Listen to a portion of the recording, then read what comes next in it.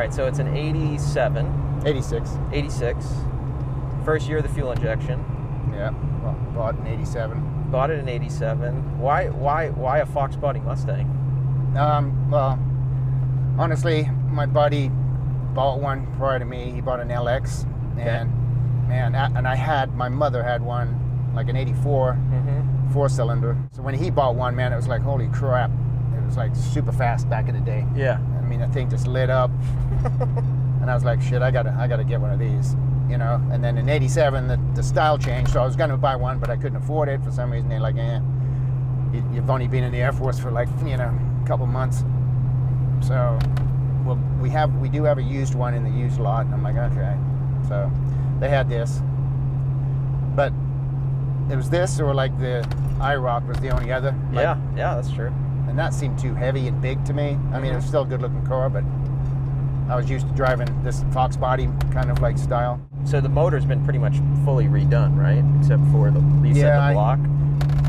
I had no money. We pretty much had no freaking money for most of our, well, until I was around 30 and I moved here. But so, you know, I traded coming from Phoenix. You know, I repainted the hood, and then that weathered down. So then I had a guy paint it for some trade work. Yeah, wasn't the best paint job at all. And then I got a little bit of a loan. I ended up putting AC in this thing in California, but it sucks. that was a lot of money back then. I had it lowered, you know, done some stupid shit, bought crappy seats. Yeah. These are not the crappy ones. Okay. And then, you know, a little short shifter. Yeah, that thing's sweet too. Well, this is actually not it. I've replaced everything that I put into this. A second time? Yeah, and then we moved here and it went in storage. I mean, I drove it for a few years. I mean, I drove this car until about 2006. Like, really? Yeah.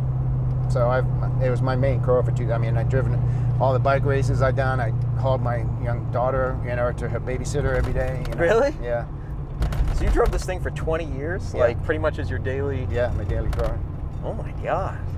I moved a bunch of lumber in it, dude. I did so much crap to this thing. So how many miles do you have on it? It's 178 now. Oh my God, are you serious? Yeah. So That's then, a lot of miles. yeah. So after It's in such good shape for that many miles too. Yeah, I mean, I have. Well, so when we moved here, I drove it for another few years. Then I bought a little Mini. My first real semi-new car, even though it was used. Yeah. And then I stored this at my wife's parents' house in Burley, and they had like a little, wasn't a farm, but you might as well call it that. Mm-hmm. So I put it in his garage, and it sat there for like 3 or 4 years, and then finally I'm like, I should get my Mustang back, you know? Yeah. But man, it was so like, oh my God, fucking mice had lived in it. Motor looked like shit. I was scared to drive it from Burley to here, which is, you know, 2 hours. Mm-hmm. And I'm like, okay, I'm going to replace everything. I'm going to get it back to somewhat new shape. So I replaced the steering wheel because I had a aftermarket one and it didn't fit and it was too tight. Yeah. And seats, I replaced the seats. I bought these are Flow Fit, which used to be on the Celine Mustangs. Oh, okay. So that's where these seats are from? Yeah. Because they were pretty cool when I opened the door. I was kind of surprised. So I put those in, replaced the carpet. I bought this new shifter, which I can adjust. And I honestly like shifters a little higher up. I just feel like there's more fun because you're throwing it around a little bit. New paint job, everything in the car is, well, the reason I had all that work done is coming home from some of the drag races. Came around a corner and kind of gunned it and hit a puddle and it spun the car out. And then basically I froze up my whole rear end. Even though I didn't know it, I was driving home and I'm like, what's that smell? You got outside and the rotor, the brake rotor was red and you couldn't even move the wheel. So I'm like, okay. So I had to get a whole new rear end, and then it was like, okay, might as well redo the motor. So I had it all tore apart. Then a new gearbox. Then I took off the rear drum brakes and put disc brakes on. This had a speed density system. The 86 was the last one. The 87 turned into a MAF. So I had that all redone. I mean, the whole motor's redone. It's got a good rumble to it at like idle, huh? Yeah, it's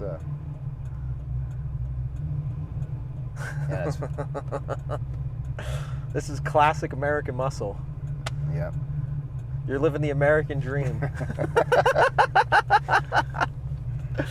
I do like the blissfulness of it, you know, the simplicity. Yeah, yeah. And I do feel like I'm engaged, you know. Well, these have a massive cult following, like I was saying earlier. Just massive.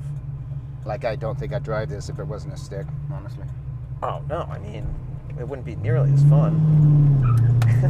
Just squeak right off of that. You know what, why they call it a Fox body? The platform Yeah. which it's built, yeah. The Fox platform. Yeah, which I think was even on a It's few on the other... Pinto. Pinto, yeah, which is crazy. Not Corona. I can't think of the name of it. It's on the- Cortina? No. Cortina. Yeah, it's a Cortina platform.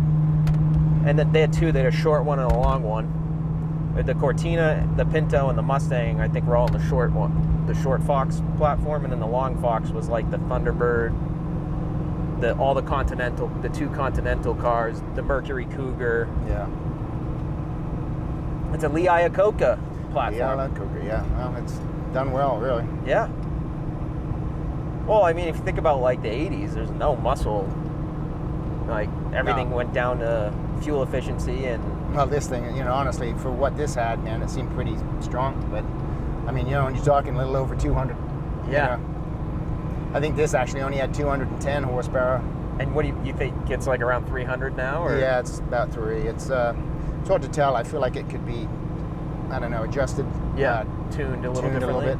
But, I mean, compared to some of the new cars, man, it's pretty slow, you know. Well, yeah, but that's so relative. Like the last 10 years, Yeah, I mean- everything's over 500 horsepower now. Yeah. And if it's under 400, you're like, oh, that's slow. Yeah. But even 10, 15 years ago, anything 300 and up you're like, wow, that's really good. That's an American culture problem Yeah. of it has to have the most horsepower possible, regardless of the size of the car, its handling, or its braking. Yeah. Now, this car can't handle or brake, but No. but it's small. So 300 horsepower in this small of a car is impressive. Well, I was thinking, you know, when I had my whole motor worked on, I was like, yeah, I wanted to keep the integrity of the 302, you know, because Yeah. I could have dropped in a new Coyote motor, you know, that Thing would have been gets insane. 400 something horsepower and it's probably a lot more efficient and a lot quieter, you know. Yeah. But I'm like, I think if I ever did sell it, or if somebody, you know, it Yep. seems like it's more appropriate for this car. I agree. I think it's cool that you kept the original block and it's still a 302. I feel like you just could take this out on a Saturday, put the kids in the back, get an ice cream, Just, yeah, we'll and then just frickin' do donuts in the cul-de-sac when you get back. Yeah. Tell all my neighbors, hey, it's just Yeah. gonna be me, okay? Yeah, but man, lived it. Yeah, no AC when I bought it. Didn't give a shit because I bought it in November, so it was like in Northern California. And then you moved to Arizona. Moved to Arizona, and then like April, I was like, fucking cheek, and it was like, what the hell? Dude, that sucks. So you drove it in Arizona without AC? 6 years, man. No way. Come on. Yeah, going to bike races, I'm hot, you know, and I parked it, like every time I'd park in the parking lot, I'd always think where the shade's gonna be. Yeah. Oh my God. But I got used to it. A lot of the girls that I dated didn't like it. They'd probably say, wow, a Mustang, and then they'd get in and go, this thing sucks. Yeah, they're like, what? Where's the AC? Oh, yeah. So you were saying you think you'll keep it because your daughter likes to drive it? Yeah, I think, you know. And I mean, let's see. I mean, I don't know. My dad used, you know, in England, he'd had all these Capris, you know, and Capris were big then. yeah. And he was sad that he got rid of his, you know, because Mhm. he always sees them now and like really done up ones, and he's like, damn, I should have kept that car. Yeah. Because it's pretty similar to the Mustang. Has your daughter ripped it quite a bit? Like, is she Hasn't ripped it, but she drives it. she drives it? She hasn't lit it up yet I don't know. She might have. I don't know.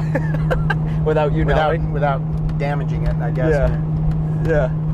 You spun it out once. How many times have you had oh shit moments with Oh, it? dude, I'm going to tell you, I had a lot of shit. When I was younger, I used to ride my bike behind the base all the time, and it was basically like just mile roads that went nowhere. And anyway, me and this girl got in it, and it was nighttime, and I'm cruising. I'm like, you know, I'm going to blow through the stop sign at like 100 miles an hour.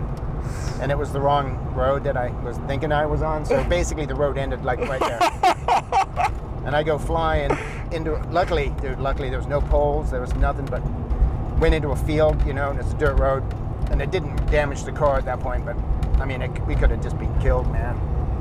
I just remember like, oh shit, and we're flying through the air. Like,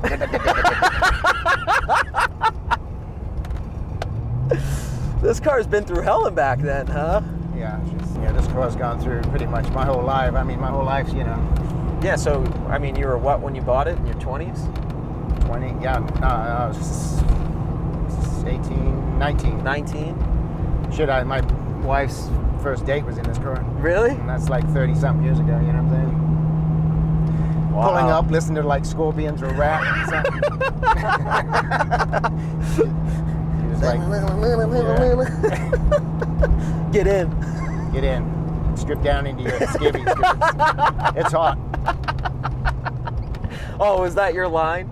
Oh, if you know, if you need to strip down because it's hot. Yeah. I see now. You bought it without AC for that reason, on Yeah. purpose. Yeah. You act all like, oh, I didn't realize it was November. All along, you had a plan. What's one thing you love about it and one thing you hate about it? This car? Yeah. I like the Just simplicity and visceralness. the rawness of it. The rawness, man. Yeah, the rawness. The one thing, well, there's a lot of little things I don't like anymore. Really? How uncomfortable it is.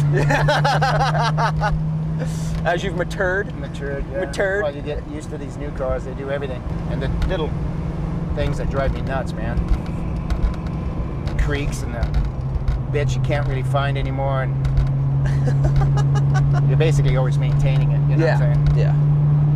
Well, especially with how much you've driven it, too. I mean, Yeah, I mean, that's a lot of miles. and the thing is, when I bought this, you know, of course I was stupid because I didn't even check. I was just dumb. No AC, whatever. Yeah. But I bought it. I didn't even give a shit what the finance rate was. And back then in the 80s, man, shit was a high. My interest rate, so it was $8,000, you know, at that point. But my interest rate was 16%. Holy 17%. smokes, that sounds right for the 80s. Yeah. And That's so wild. back then my car payment was $250 a month, and my insurance was $120 a month. And I didn't make a lot in the Air Force when I first went in, Yeah. so it was like most of my paycheck was this car. And I probably spent 20, 30, 25 grand on this car. I'm sure, yeah. All the work you've done to it. So how many miles did it have on it when you bought it? 30. 30. So you've done 140,000 of the 170 on it. Yeah, in 30 since what is Yeah. that, 35, 40 years? Yeah. That's crazy. That's not very much, really. I mean, honestly, most of my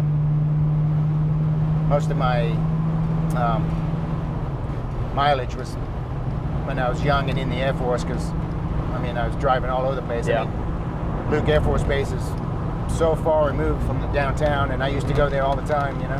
What do you think you've put on it for miles in the last, since you stopped like 2007, 2008? Probably nothing, right? Fucking nothing. And Yeah. I probably put on 2,000 maybe. Yeah.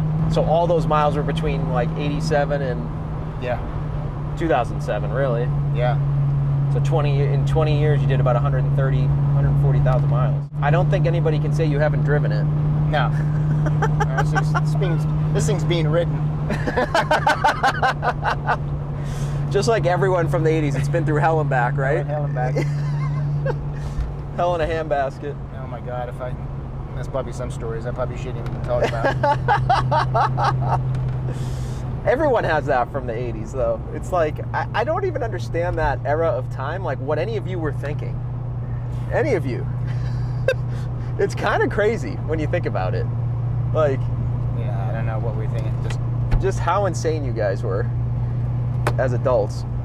I mean, a lot of times it was all about the cars. I mean, all the kids at school, you either, you know, I mean, obviously some kids didn't care about cars, but Yeah. everybody had their, you know, and then, you know, most of them had like Camaros, older ones, you know, Mhm. even Mustangs. Yeah.